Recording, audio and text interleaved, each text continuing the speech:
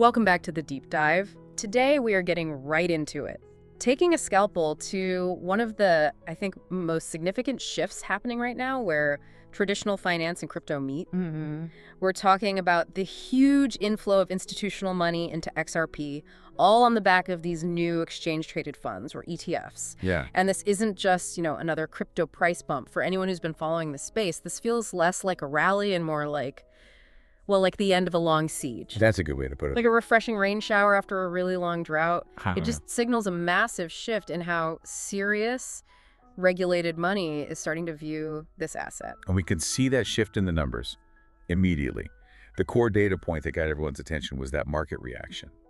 XRP surged over 8%. A huge jump. A huge jump. And it wasn't random. This wasn't driven by, retail speculation. It was kicked off by two very precise, very reputable catalysts. Okay, who are we talking about? We saw two titans of the asset management world, Franklin Templeton and Grayscale, officially start trading XRP-related ETFs.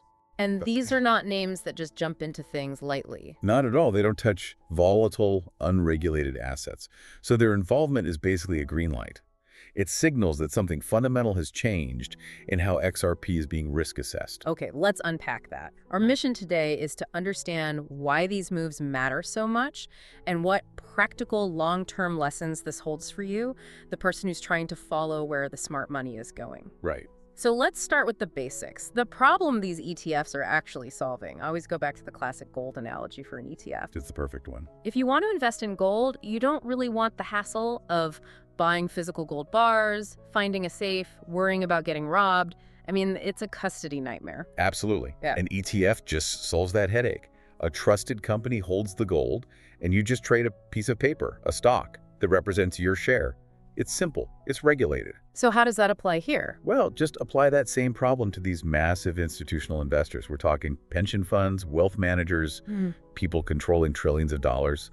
Before this, if they wanted exposure to XRP, they had to worry about, securing crypto wallets, managing these super long seed phrases, and the constant threat of a hack. That's a complete non-starter for them. A complete non-starter for any serious compliance-driven capital. Yeah. It's just too much operational risk. And this is where the new ETFs come in as the bridge.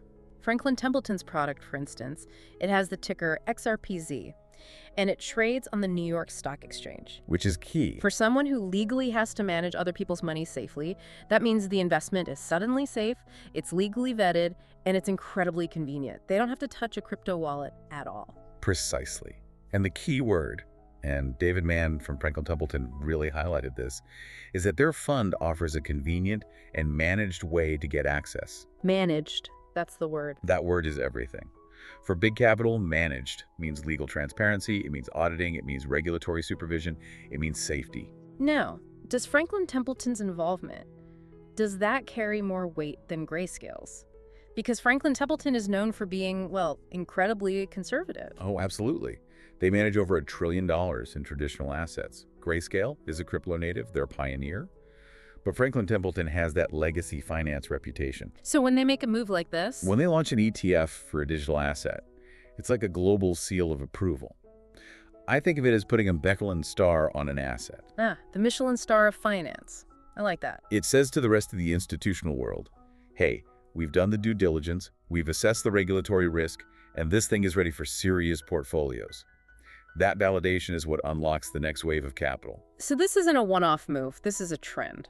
It's a clear trend. I mean, Franklin Templeton and Grayscale got the headlines, but we're also seeing players like Bitwise Asset Management, Canary Capital.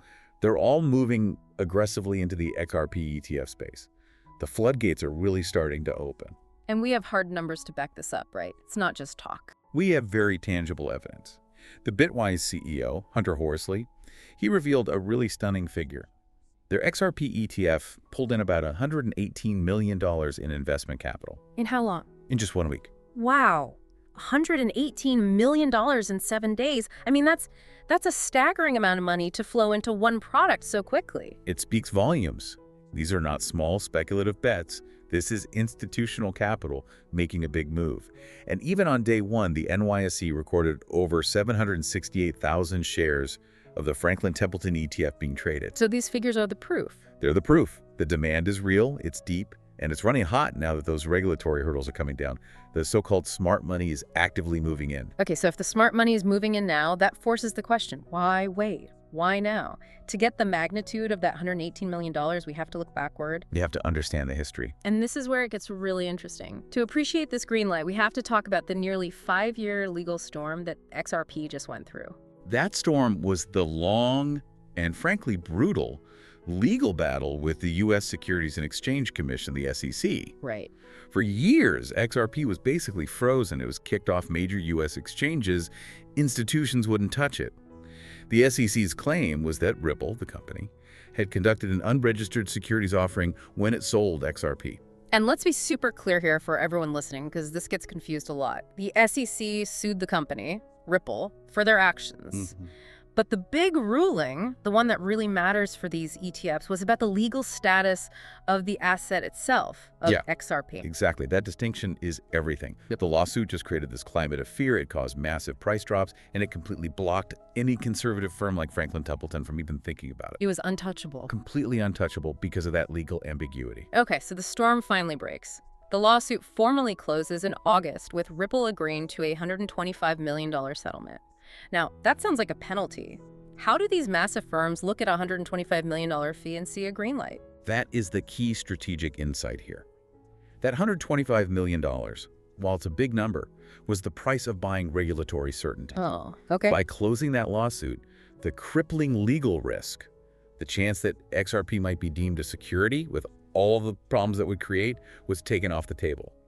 For an asset manager, legal risk is the #1 deal killer. So paying the fine was basically paying to clear the air. It was the single most important key.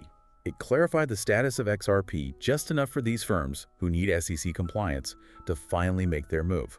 It removed the legal cloud, and some analysts are even calling it a regulatory moat now. A regulatory moat? Yeah, a competitive advantage that XRP has because it survived a level of vetting that a lot of other tokens still have to face. So regulatory certainty paved the road for the ETF.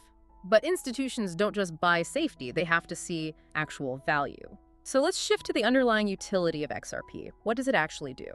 Its goal is to basically rewrite global payments. XRP is the native asset for the XRP Ledger, which is an open source blockchain designed for speed and low cost. And how does that compare to the current system? Well, think about how international bank transfers work now. They use old systems like SWIFT. It can take 3 to 5 days, and the fees can be pretty high. It's slow, it's expensive, and you never really know where your money is. Exactly. The XRP Ledger just bypasses all of that. So imagine sending money from London to Tokyo. It can be converted to XRP, sent across the world in seconds, and converted back into yen on the other side. In seconds, really? We're talking 3 to 5 seconds for the whole transaction end to end. And the fee is negligible, fractions of a penny. Wow. And that efficiency is why Franklin Templeton sees XRP not as some speculative coin, but as a foundational piece of future payment infrastructure. It's built to solve a real problem for banks and corporations. So you have that real-world utility, plus the regulatory certainty that came from surviving the SEC battle. That's the 1-2 punch that drove this whole thing. It's the powerful combination. It's an affirmation that smart money flows to projects that solve real problems and have cleared the highest regulatory hurdles. Okay, so let's get to maybe the most important part for you listening. What are the lessons here? How do you apply this? Right. We've distilled this down into 3 key lessons from watching this institutional wave. And lesson 1 is all about mastering FOMO, the fear of missing out. When you see an asset jump 8% in a day because of news like this, the human impulse is to rush in and buy. But just look at what Franklin Templeton did. They didn't chase the green candles. They did the opposite. They waited patiently for 5 years until the legal clarity was there, until the risk profile was acceptable for them. They waited for the right conditions, not the fastest price pump. That is a huge difference in strategy. It is. So the actionable advice is to try and frame your investing in years, not days. Don't buy on a price surge. Buy when you've done your homework and the value and the risk make sense for you personally. Okay, what's lesson 2? Lesson 2 is prioritizing safety and real-world value. I mean, this whole event confirms that the market is growing up. In a space that's still filled with speculative coins, the projects that will last are the ones with legal compliance and a real practical use case. So when you're looking at any potential investment, you have to ask those 2 questions. Does it solve a real problem better than what we have now? Right. And is its legal framework transparent? I mean, Yeah. XRP proved its compliance the hard way, and that vetting process is now like a stamp of quality. Absolutely. And that brings us to lesson 3. Smart observation, not blind copying. Meaning? Meaning it's very smart to pay attention to where hundreds of millions of dollars are flowing. Grayscale, Bitwise. It tells you that corporate legal teams have already done a ton of due diligence. But there's a catch. There is a vital caution. An institution's financial position is wildly different from yours. They can afford to absorb a 30 or 40% loss in the short term because they're playing a decades-long game. Right, you probably can't. Most individual investors can't afford that kind of volatility. So capital management is everything. Don't just assume that because a big institution is in, you should go all in too. So observe, learn, but then allocate your own funds wisely so you can handle the ups and downs. Exactly. Stay stable emotionally and financially. So to wrap this deep dive up, this XRP ETF wave it's much more than a price hike. It's a hugely positive signal for the whole digital asset space. But it's not a lottery ticket. No. It's an affirmation of a more measured, a more regulated future where these assets finally start integrating with traditional finance. You should use this information not to fuel FOMO, but to really reinforce your confidence in doing your homework. Focus on regulatory compliance, on real-world utility. Those are the things that allow smart money to move, and they should be what guides your decisions. And here's one final provocative thought for you to chew on. Given that this massive legal risk has now been removed and huge conservative firms like Franklin Templeton now officially see XRP as foundational payment infrastructure, what's next? What other specific real-world applications, things that require this new high level of regulatory safety, might they be getting ready to unlock? The answer to that will likely define the next phase of this whole movement.